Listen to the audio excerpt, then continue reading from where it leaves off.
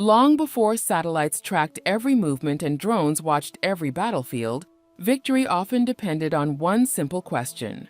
How do you move a 60-ton tank hundreds of kilometers without wearing it out before the battle even begins? The Soviet Union answered that question with a machine unlike any ordinary truck. It wasn't built to fight. It wasn't built to fire missiles. It was built to carry the weight of an army.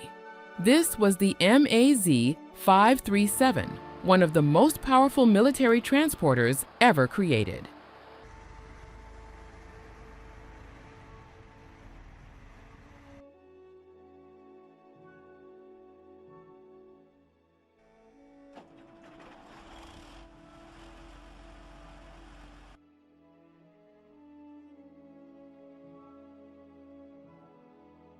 By the late 1950s, Soviet armored vehicles were growing larger, heavier, and more complex. Driving tanks over long distances damaged their tracks, consumed enormous amounts of fuel, and left crews exhausted before combat even began. Military planners needed a faster, more efficient way to move heavy equipment across vast distances. The solution wasn't another tank. It was an entirely new kind of truck. Engineers at the Minsk automobile plant designed the MAZ-537 to haul loads that many believed were simply too heavy for a wheeled vehicle.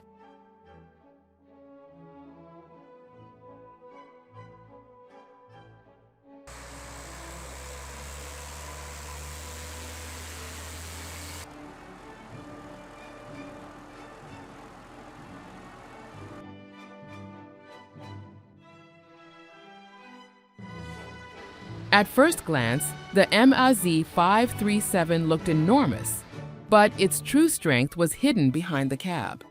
Instead of using a conventional truck engine, it was powered by a 38.8-liter V12 diesel producing 525 horsepower, an engine derived from technology developed for heavy military vehicles.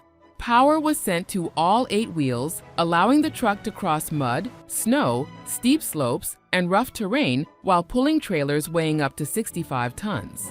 But horsepower alone couldn't explain its incredible capability. Its advanced hydromechanical transmission delivered smooth, controlled power to the ground, reducing strain on both the truck and the cargo behind it. For a machine of its size, that was a remarkable engineering achievement.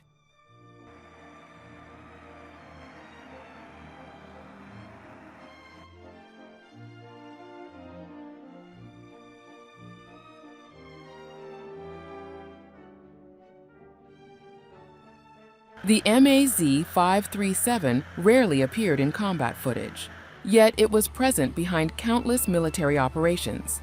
It transported main battle tanks, including the T-54, T-55, T-62, and later the T-72, along with self-propelled artillery, engineering vehicles, bridge layers, and massive military machinery. Moving tanks on trailers instead of driving them preserved their tracks, reduced maintenance, and allowed armored units to arrive ready for battle. And that wasn't even its most important mission. Some versions of the MAZ-537 hauled components of strategic missile systems, carrying equipment whose importance reached far beyond the battlefield. Without trucks like these, rapid deployment across the Soviet Union's immense territory would have been nearly impossible.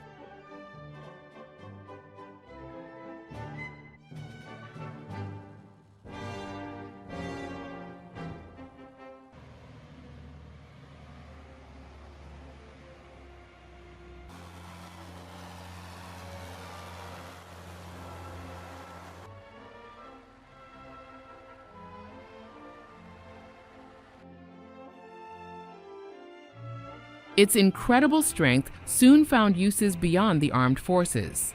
The MAZ-537 became a favorite for transporting oversized industrial machinery, construction equipment, aircraft components, and heavy power generation systems.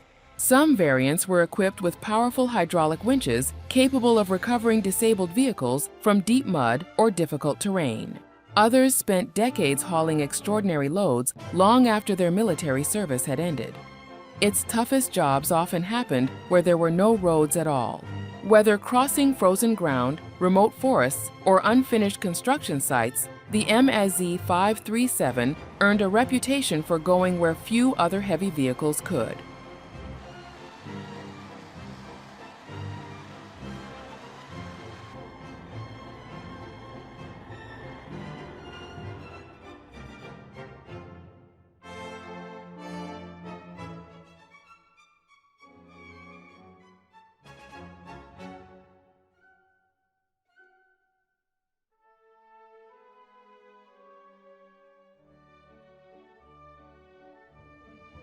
Production continued for decades, and although newer transporters eventually replaced it, the MAZ 537 left a lasting mark on military logistics. Many examples survive today in museums, private collections, and heavy equipment demonstrations, where their size and unmistakable engine sound still draw crowds. Its legacy isn't measured by battles won or weapons fired. It's measured by the countless tanks, missile systems, and heavy vehicles it delivered exactly where they needed to be. Because in military operations, firepower means little without mobility, and mobility begins with logistics. The MAZ 537 wasn't the machine that fought the Cold War. It was the machine that kept an army moving through it.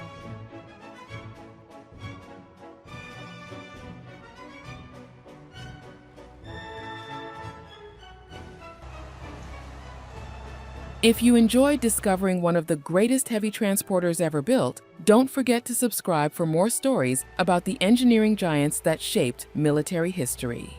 Because sometimes the most important machine on the battlefield isn't the one carrying the biggest gun, it's the one carrying everything else.